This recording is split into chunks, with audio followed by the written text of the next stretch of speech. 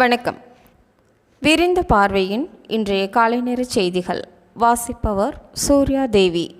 நாடாளுமன்ற தேர்தலில் இரட்டை இலை சின்னத்தில் போட்டியிடுவோம் என ஓபிஎஸ் அறிவித்துள்ளார். மக்களவைத் தேர்தல் நெருங்குவதை ஒட்டி மதுரையில் ஆதரவாளர்களுடன் ஓபிஎஸ் ஆலோசனை மேற்கொண்டுள்ளார்.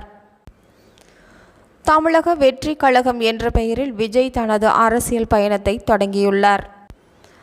மேலும் கட்சியின் சின்னம் பற்றி கட்சி தலைவர் விஜய் அகில இந்திய விஜய் மக்கள் இயக்கத்தின் பொதுச் செயலாளர் புஷி ஆனந்த் மற்றும் நிர்வாகிகளுடன் தீவிரமாக ஆலோசனை நடத்தி வருகிறார்.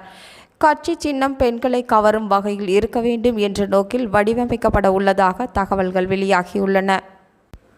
வர இருக்கின்ற தேர்தலில் அதிமுக தலைமையில் கூட்டணி கட்சி அமைக்க தீவிர நிர்வாகிகள் ஆலோசனையில் ஈடுபட்டு வருகின்றனர்.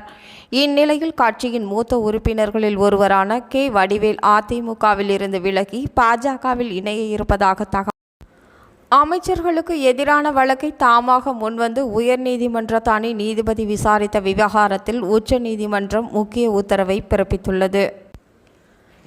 சென்னை காரப்பாக்கத்தைச் சேர்ந்த 16 வயது பள்ளி மாணவியிடம் நிறைய பணம் சம்பாதிக்கலாம் என ஆசை வார்த்தை கூறி விபச்சாரத்தில் தள்ளிய உறவுக்கார பெண் மற்றும் தோழிகள் 2 பேரை கோயம்பேடு போலீசார் கைது செய்துள்ளனர். தமிழக இளைஞர் நலன் மற்றும் விளையாட்டுத்துறை அமைச்சரான உதயநிதி ஸ்டாலின் அவர்கள் ரூபாய் 11.98 கோடி மதிப்பில் உள்ள சென்னை மாநகராட்சி சார்பில் நிறைவேற்றுள்ள 13 திட்டப்பணிகளை மக்கள் பயன்பாட்டிற்காக திறந்து வைத்ததோடு ரூபாய் 152.67 கோடி மதிப்பில் உள்ள சென்னை பெருநகர குடிநீர் வழங்கல் மற்றும் கழிவு நீரகற்று வாரியத்தின் சார்பில் மேற்கொள்ளப்பட உள்ள 52 புதிய திட்டப்பணிகளுக்கு அடிக்கல்லும் நாட்டியுள்ளார்.